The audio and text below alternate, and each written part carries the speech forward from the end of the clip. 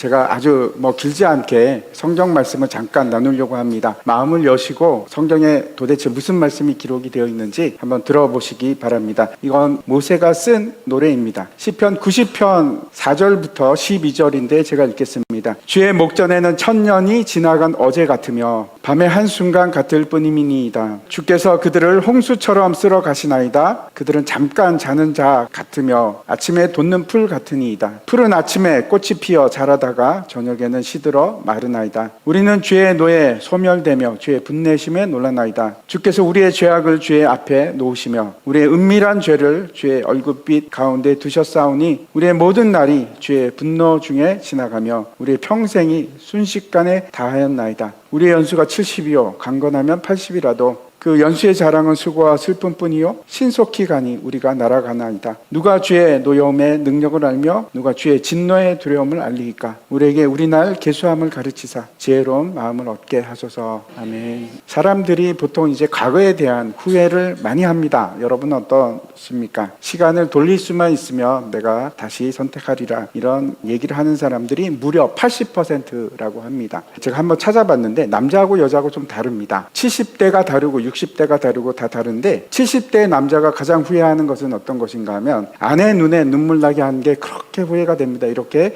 하시는 분이 제일 많았습니다. 남자들에게 가장 이제 보편적으로 많은 후회는 어떤 것인가 하면 젊을 때 공부 좀 열심히 할 걸이었습니다. 그게 첫 번째입니다. 여자도 크게 다르지 않습니다. 여자가 이제 30대부터 50대까지 많이 하는 후회가 있습니다. 어떤 걸까요? 어떤 건가 하면 결혼 잘못했네. 그게 2위에 오를 정도로 많았습니다. 세 번째는 어떤 걸까요? 세 번째는 역시 돈입니다. 돈을 좀 많이 모아둘 걸. 그런 후회가 일방적으로 사람들이 가장 많이 하는 후회입니다. 여러분은 죽음을 앞두고 인생을 마무리할 때 어떤 후회를 하시겠습니까? 저는 여러분이 후회하는 인생을 안 살았으면 좋겠습니다. 누군가에게 내가 이런 삶을 살았습니다 라는 아주 아름다운 얘기가 있었으면 좋겠습니다. 모세가 어떤 얘기를 하고 있는지 살펴보려고 하는데 이 시편 90편에는 표제어가 붙어 있습니다. 하나님의 사람 모세의 기도라는 제목입니다. 이 시편을 쓴 때가 모세가 광야에서 40년을 지낸 후에 그때 이제 어떤 일이 있었는가 하면 누나 마리암이 죽고 그리고 형 아론도 죽은 그 시점 그때입니다. 제가 이제 잠깐 모세에 대해서 말씀을 드리겠습니다. 그래야지 오늘 읽은 시편이 어떤 의미인지를 좀 더 깊이 알 수 있을 것 같습니다. 모세는 태어날 때부터 정말 쉽지 않은 삶이 시작이 되었습니다. 왜 그런가 하면 이집트에서 태어났는데 당시 이제 이집트는 전 세계에서 가장 강력한 나라였습니다. 이집트의 왕이죠. 바로가 어떤 명령을 내렸는가 하면 모든 히브리인들, 이스라엘 사람들은 남자면 다 죽여라. 태어나자마자 죽여라 하는 명령을 내립니다. 왜 그런가? 유태인들이 많아지는 것이 이제 두려웠기 때문에 그렇습니다. 그래서 그 어머니 요게벳이 어떻게 하는가 하면 갈대 상자를 만들어서 아들 모세를 넣고 날강에 버립니다. 근데 이게 전화위복이 됩니다. 그 모세를 누가 발견했는가? 핫셉슈트라는 바로의 딸입니다. 공주가 발견을 하고 양아들을 삼습니다. 모세가 당시 모든 이집트의 문물을 다 익히고 다음 왕이 될 위치까지 올라간 겁니다. 그렇게 모세가 40년간을 이집트의 왕자로 살았습니다. 그런데 우연히 살인을 저지르게 됩니다. 왜 그런가 하면 자기 동족 이스라엘 사람들이 핍박을 받는 것을, 고통을 당하는 것을 보고 욱하는 마음에 사람을 죽이게 됩니다. 이때가 모세가 40세 때입니다. 이 사실이 배다른 또 다른 동생이 알게 됩니다. 그래서 이제 권력 투쟁에서 결국 어떻게 되는가? 모세가 집니다. 목숨을 부지하기 위해서 도망을 갑니다. 살인자가 되고 도망을 가서 아무도 알지 못하는 미디안 광야까지 가서 거기서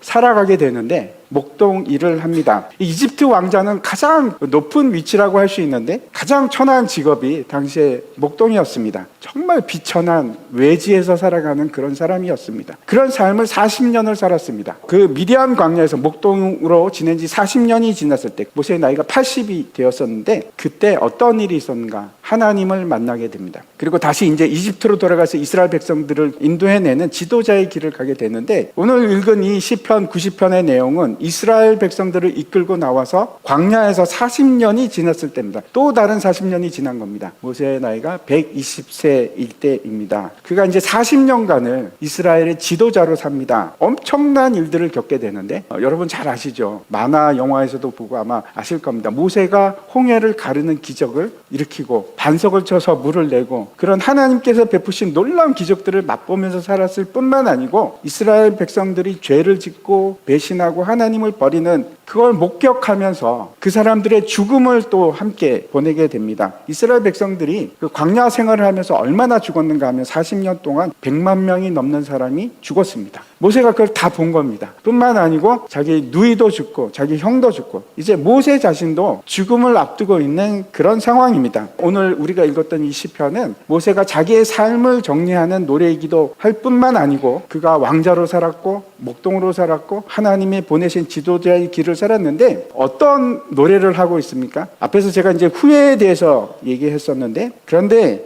이 모세의 노래에는 후회나 인생의 비참함이나 허무함이나 이런 것이 전혀 없습니다. 오히려 이 노래 속에는 삶의 지혜, 통찰력 그리고 소망이 있습니다. 그래서 그걸 제가 오늘 여러분과 함께 나누고자 합니다. 이 노래 속에는 4개의 키워드가 있습니다. 첫 번째는 거처라는 단어입니다. 주여 주는 대대에 우리의 거처가 되셨나이다. 산이 생기기 전 땅과 세계도 주께서 조성하시기 전 곧 영원부터 영원까지 주는 하나님이시니이다. 이렇게 고백을 하고 있습니다. 거처라고 하면 여러분 어떻게 생각하십니까? 가장 먼저 떠오르는 것이 집입니다. 그런데 집뿐만 아니라 이건 어떤 의미인가 하면 돌봄, 보호하심 그리고 공급하심의 의미를 가지고 있습니다. 이런 얘기입니다. 하나님은 대대로 나의 보호자가 되셨고 피난처가 되셨고 공급자가 되셨습니다 하는 얘기입니다. 그게 거처라는 의미로 표현되고 있습니다. 사람들은 다 결핍의 삶을 살아가고 있습니다. 그렇지 않은 사람이 없습니다. 모두가 다 그렇습니다. 왜 그럴까요? 그 이유는 내가 공급자이기 때문에 그렇습니다. 내가 공급자가 되면 항상 힘들고 고통스럽고 애쓰고 노력하지 않으면 안 됩니다. 내가 아는 하나님이 공급자라면 다른 삶이 시작이 됩니다. 저는 모세처럼 이렇게 고백할 수 있습니다. 하나님이 저의 공급자가 되십니다. 저는 여러분도 여러분이 애쓰고 힘쓰고 어떻게 하면 나를 보호할 수 있을까? 그런 삶이 아니고 하나님께서 보호하시는 그 삶 속으로 들어갔으면 좋겠습니다. 전혀 다른 삶입니다. 예수님께서 뭐라고 말씀하시는가 하면 수고하고 무거운 짐진 자들아 다 내게로 오라. 내가 너희를 쉬게 하리라. 이렇게 말씀하십니다. 염려하지 않고 감사하는 삶입니다. 이거는 애쓰고 힘쓰는 삶하고는 전혀 다른 차원의 삶입니다. 내 모든 짐을 하나님께 맡길 때 하나님께서 일하기 시작하시고 보호해 주시고 안식처가 되십니다. 그 하나님은 여기 보니까 영원부터 영원까지 계신 분이시고 이렇게 얘기합니다. 시간을 초월하시고 공간을 초월해서 나의 하나님이 되셨다. 이게 모세가 얘기하는 고백입니다. 이 말은 그래서 하나님은 영원하십니다 라는 말로 그치는 것이 아닙니다. 죽음 이후를 얘기하는 겁니다. 모세가 돌아갈 거처가 있습니다. 나에게는 영원한 안식처가 있습니다 하는 고백입니다. 여러분 가지고 계십니까? 내가 죽고 난 후에 여러분이 돌아갈 안식처가 계십니까? 하나님을 믿고 의지하는 자에게는 영원한 안식처가 있습니다. 죽음 위에 아무것도 없다고 말씀하시는 분이 계시지요. 근데 제가 한번 물어보겠습니다. 여러분, 만약에 죽음 위에는 아무것도 없어라고 말씀하시는 분이 계시다면 그걸 어떻게 하셨습니까? 경험해 보셨습니까? 아니면 누군가가 그렇게 여러분에게 말했습니까? 아니면 책에서 보셨습니까? 그럼 죽음 이후를 사람들이 어떻게 알 수 있을까요? 만약 우리의 몸이 육으로만 이루어졌다면 죽으면 육은 썩어서 사라질 겁니다. 끝날 겁니다. 그런데 우리 육은 육으로만 되어 있는 것이 아니고 육과 영혼이 있습니다. 영혼은 사라지지 않습니다. 소멸되는 것이 아닙니다. 죽음 이후가 존재한다고 성경은 아주 분명하게 말씀하고 있습니다. 하나님은 영원부터 영원까지 존재하시는 분이십니다. 그게 모세의 고백입니다. 두 번째 키워드가 있습니다. 짧은 인생입니다. 주께서 사람을 티끌로 돌아가게 하시고 말씀하시기를 너희 인생들은 돌아가라 하셨사오니 주의 목전에는 천년이 지나간 어제 같으며 밤의 한순간 같을 뿐이니이다. 주께서 그들을 홍수처럼 쓸어 가시나이다. 그들은 잠깐 자는 것 같으며 아침에 돋는 풀 같으니이다. 풀은 아침에 꽃이 피어 자라다가 저녁에는 시들어 마르나이다. 사람의 인생이 결코 길지 않습니다. 인생이 얼마나 얼마나 짧은지 모릅니다. 결국 사람은 티끌과 먼지로 돌아갈 수밖에 없는 존재입니다. 인생이 마치 들풀 같아서 아침에 꽃이 피었는데 저녁이면 시듭니다. 사라집니다. 우리 인생이 그렇습니다. 하지만 하나님의 시간은 다릅니다. 우리의 천년이 하나님께 있어서는 마치 밤의 한순간 같다고 모세가 그렇게 고백을 합니다. 하나님은 영원하지만 우리는 찰나를 살아가고, 하나님은 영원히 존재하시지만 우리는 흙으로 돌아간 존재입니다. 이게 광야에서 그 무수한 죽음을 목격한 모세의 고백입니다. 우리가 이 땅에서 천년 만년 살아가는 것이 아닙니다. 우리도 언젠가는 죽습니다. 우리 인생이 그렇게 짧기에 우리가 소망하는 것이 있습니다. 영원입니다. 세 번째 키워드는 죄입니다. 우리는 주의 노에 소멸되며 주의 분내심에 놀라나이다. 주께서 우리의 죄악을 주의 앞에 놓으시며 우리의 은밀한 죄를 주의 얼굴 빛 가운데 두셨사오니 우리의 모든 날이 주의 분노 중에 지나가며 우리의 평생이 순식간에 다하였나이다. 우리의 연수가 70이요 강건하면 80이라도 그 연수의 자랑은 수고와 슬픔뿐이요 신속히 가니 우리가 날아가나이다. 누가 주의 노여움의 능력을 알며 누가 주의 진노의 두려움을 알리이까. 우리가 아무리 착하게 살려고 해도, 선하게 살려고 해도 우리가 이룰 수 있는 거, 할 수 있는 것은 죄 짓는 일밖에 없고, 그래서 하나님의 진노를 피할 수가 없습니다. 70년, 80년 평생을 살면서 우리가 얼마나 많은 죄를 지을까요? 어떤 분들은 그렇게 말씀하십니다. 나같이만 살라고 해봐. 난 그래도 남한테 해코지 안 하고 나쁜 짓 안 하고 살았어. 그럴 수 있습니다. 그런데 제가 말씀드리는 것은, 성경이 말씀하는 것은 우리가 인간의 평균보다 착하게 살았다. 그게 무슨 의미가 있습니까? 모두가 다 죄를 짓고 사는 사람들인데 죄 안 지은 사람이 있습니까? 모두가 다 죄인입니다. 저도 죄인입니다. 죄 짓지 않고 사는 사람이 없습니다. 하나님 앞에서 누가 떳떳하게 얘기하겠습니까? 은밀한 죄를 다 드러내시는 하나님 앞에서 나는 죄가 없습니다라고 하실 수 있으십니까? 가장 큰 죄는 어떤 것인가 하면 내가 하나님이 없다, 하나님을 모른다, 하나님을 업신여기고 무시한 죄입니다. 그래서 시편 14편에 이렇게 기록을 합니다. 어리석은 자는 그의 마음에 이르기를 하나님이 없다 하는도다. 그들은 부패했고 그 행실이 가증하니 선을 행하는 자가 없도다. 여러분, 우리가 왜 죽을까요? 성경에 기록이 되어 있습니다. 죄 때문에 죽는다고 그렇게 말씀합니다. 하나님을 버렸기 때문에 우리에게 생명이 없는 겁니다. 하나님을 버린 것이 죄입니다. 모세가 우리의 자랑은 수고와 슬픔밖에 없다고 그럽니다. 여러분 한번 생각해 보십시오. 돈 벌기 위해서, 먹고 살기 위해서 아침 일찍 일어나서 저녁에 늦게까지 수고하고 슬픔 속에서 살아왔습니다. 그게 우리의 인생 아닙니까? 다 그렇게 살지 않았습니까? 기쁨이 있을 때가 있습니다. 근데 잠시입니다. 언제나 슬픔이 더 우리를 압도하는 삶을 살지 않았습니까? 우리는 하나님의 진노를 피할 길이 없습니다. 왜? 하나님을 버렸으니까. 마지막 네 번째 키워드입니다. 네 번째는 지혜입니다. 우리에게 우리날 계수함을 가르치사 지혜로운 마음을 얻게 하소서. 여호와여 돌아오소서. 언제까지니까 주의 종을 불쌍히 여기소서. 아침에 주의 인자하심이 우리를 만족하게 하사 우리를 일생 동안 즐겁고 기쁘게 하소서.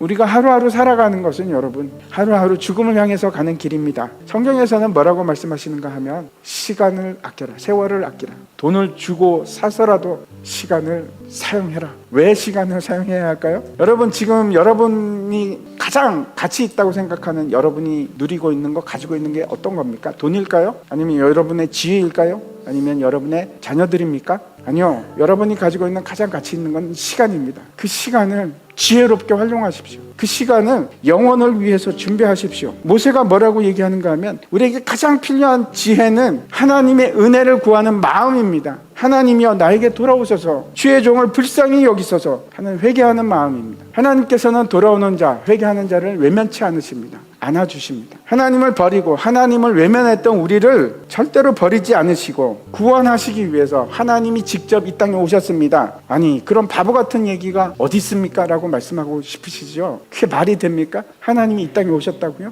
제가 한번 생각해 봤습니다. 그럼 다른 방법이 있을까? 어떻게 하면 나는 나를 구원할 수 있을까? 죄를 안 지었으면 구원 받을 수 있는 방법이 있을지 모르겠습니다. 네, 우리 모두가 죄인이라서 그렇습니다.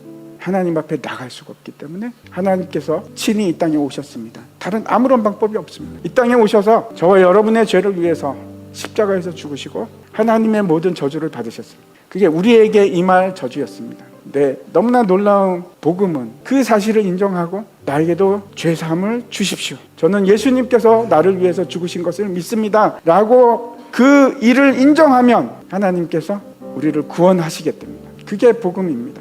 근데 거부하면 나는 그러고 믿을 수가 없어, 나는 그게 도저히 믿기지가 않아, 그러면 여러분 생각해 보십시오. 여러분에게는 아무런 방법이 없습니다. 그 죄값을 치르고 영원한 멸망에 이른 길 외에는 다른 어떠한 길도 없습니다. 많은 사람들이 착각하는 것이 있습니다. 죄를 지으면, 내가 선한 일을 하면 그게 사라집니까? 아니요, 그렇지 않습니다. 죄를 지으면 아무리 선한 일을 많이 해도 형량을 받습니다. 심판을 받습니다. 제가 다시 한번 여러분에게 복음을 전합니다. 예수님께서 여러분을 위해서 죄값을 지시고 이미 치르시고 죽으시고 부활하셨습니다. 그 사실을 인정하고 받아들이는 것이 지혜입니다. 그때 어떤 일이 일어난다고 여기 말씀하시는가 하면, 아침마다 매일같이 하나님의 인자하심이, 하나님의 사랑이 우리를 만족해 하고 우리를 기쁨 가운데 거하게 하신다고 그렇게 말씀하십니다. 이 사실을 믿으시기 바랍니다.